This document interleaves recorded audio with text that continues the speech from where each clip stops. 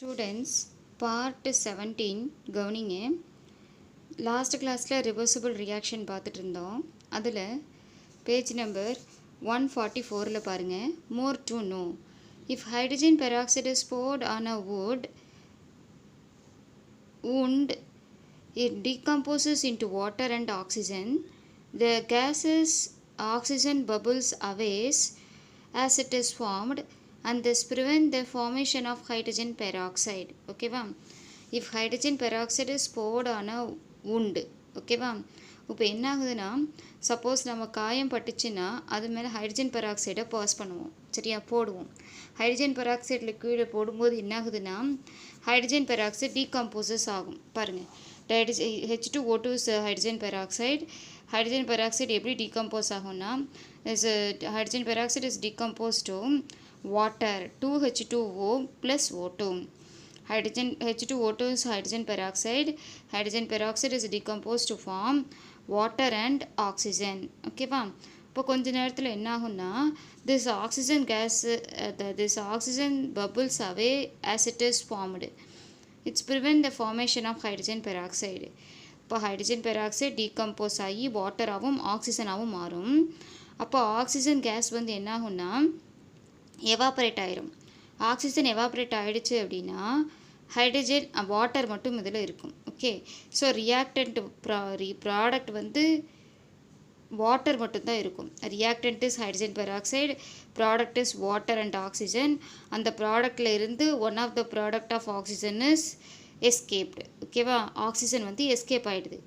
Escape ஆகிடுச்சு அப்படின்னா water மட்டும்தான் இருக்கும். ஓகேவா?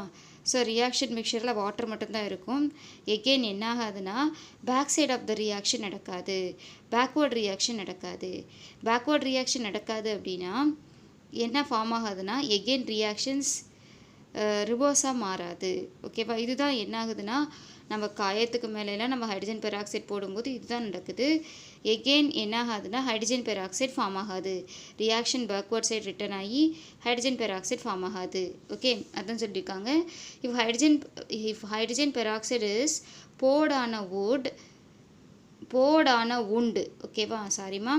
If hydrogen peroxide is poured on a wound, it decomposes into water and oxygen. The gaseous oxygen bubbles away as it is formed and thus prevent the formation of hydrogen peroxide. Hydrogen peroxide form ஆயிடுச்சு. hydrogen peroxide form ஆனது hydrogen peroxide is decomposed to water and oxygen. oxygen escape ஆனதுக்கு அப்புறம் reaction மிக்சரில் water மட்டும்தான் இருக்கும். Again reaction ரிவர்ஸாக திரும்பி hydrogen peroxide form ஆகாது. ஓகேவா? ஏன்னா oxygen one of the product of oxygen is escaped out. Okay, so thus more amount of products can be obtained in a reversible reaction by the periodical removal of one of the products or periodical addition of the reactants. சரி, எப்படி இதில் maximum number of ப்ராடக்ட்டை மட்டும் பெற முடியும் அப்படின்னா, ஒரு ப்ராடக்டை வந்து ரிமூவ் பண்ணிடணும். ஒன் ஆஃப் த ப்ராடக்டை ரிமூவ் பண்ணிடணும். ஆக்சிஜனை ரிமூவ் பண்ணிடலாம். அப்படி இல்லைன்னா ஏதாவது ரியாக்டண்ட்டை கொஞ்சோண்டு ஆட் பண்ணணும். ஓகேவா? அதான் சொல்லியிருக்காங்க. மோர் நம்பர் ஆஃப் ப்ராடக்ட் வரணும் அப்படின்னா அதிலிருந்து ஒரு ப்ராடக்டை ரிமூவ் பண்ணணும். அப்படி இல்லைன்னா இன்னும் கொஞ்சோண்டு ரியாக்டண்ட்டை ஆட் பண்ணணும். பாருங்கள், thus more amount of products can be obtained in a reversible reaction by the periodical removal of one of the products or periodical addition of reactants. கொஞ்சம் ரியாக்டண்ட்டை ஆட் பண்ணலாம். அப்படி இல்லைன்னா ஃபார்ம் ஆகிற ப்ராடக்டில் இருந்து ஒரு ப்ராடக்டை ரிமூவ் பண்ணிடலாம். ஒரு ப்ராடக்டை ரிமூவ் பண்ணிட்டோம் அப்படின்னா, ஸோ மேஜர் ப்ராடக்ட்னு சொல்லக்கூடிய வாட்டர் வந்து அதிகமாக கிடைக்கும். ஓகேவா? அதான் சொல்லியிருக்காங்க. சரி, நெக்ஸ்ட் நம்ம பார்க்குறது இர்ரிவர்சிபிள் ரியாக்ஷன். கவனிங்க, ரிவர்சிபிள் ரியாக்ஷன்னா ஃபார்வர்ட் அண்ட் பேக்வர்ட் ரியாக்ஷன் ரெண்டுமே சேம் டைமில் நடந்துக்கிட்டே இருக்கிறது ரிவர்சிபிள் ரியாக்ஷன். எப்போ ஈக்லிபிரியத்தை அட்டைன் பண்ணோம்னா, ரெண்டுடைய rate of the forward reactions equal to rate of the பேக்வர்ட் ரியாக்ஷன்னு சொல்லும்போது ஈக்லிபிரியம் ஸ்டேஜை அட்டைன் பண்ணும். ஓகேவா? பட் இர்ரிவர்சிபிள் ரியாக்ஷன் வந்து பார்த்திங்கன்னா, this is complete reaction. One of the reactants reacts to give a product. Reaction is completed. Okay, அப்போ ரியாக்டன்ஸ் எல்லாமே ப்ராடக்டாக மாறினோன்னே ரியாக்ஷன் என்ன ஆகிடும், இர்ரிவர்சபிளாக கம்ப்ளீட் ஆகிடும். எகெயின் பேக்வேர்ட் ரியாக்ஷன் நடக்காது, மறுபடியும் ப்ராடக்ட் ரியாக்டண்ட்டாக மாறாது. பாருங்கள், the reaction that cannot be reversed is called irreversible reaction. அப்போ பேக்வேர்ட் சைடில் ரியாக்ஷன் நடக்காமல் ஃபார்வேர்டில் மட்டும் நடந்துச்சுன்னா அது irreversible reaction. புரியுதா students? The reaction that cannot be reversed is called irreversible reaction.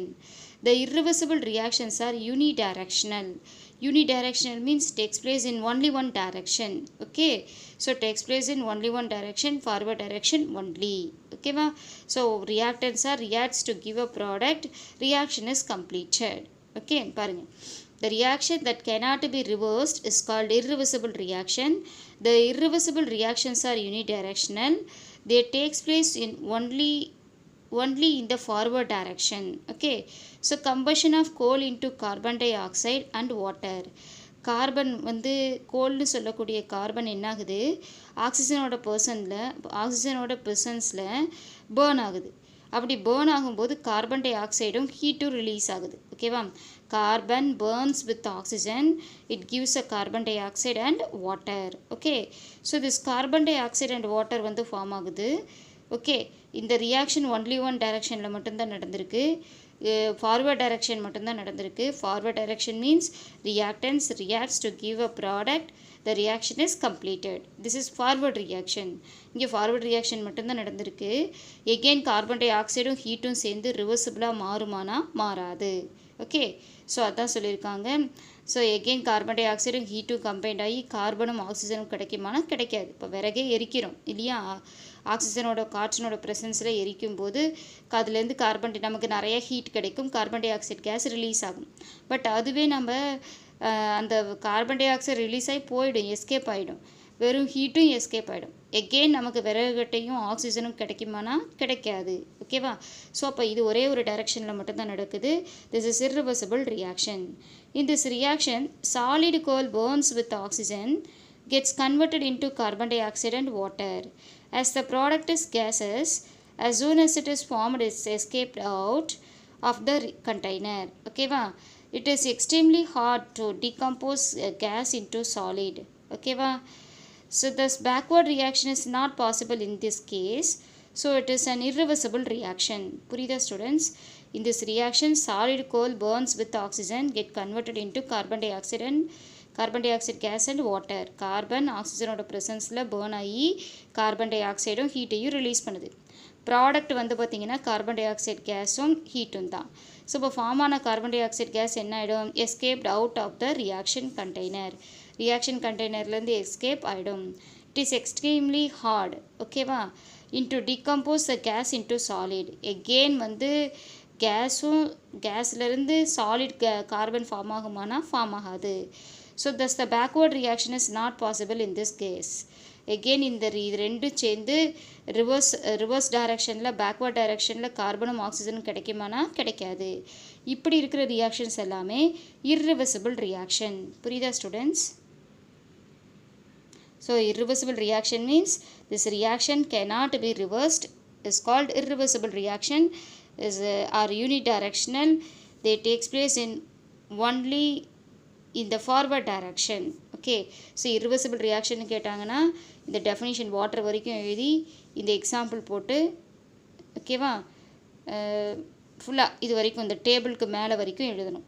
Okay, irreversible reaction வரைக்கும் எழுதணும், ஹெட்டிங்லேருந்து இது வரைக்கும் எழுதணும். 2 மார்க் கொஷின். புரியுதா ஸ்டூடெண்ட்ஸ்? நெக்ஸ்ட்டு பாருங்கள்,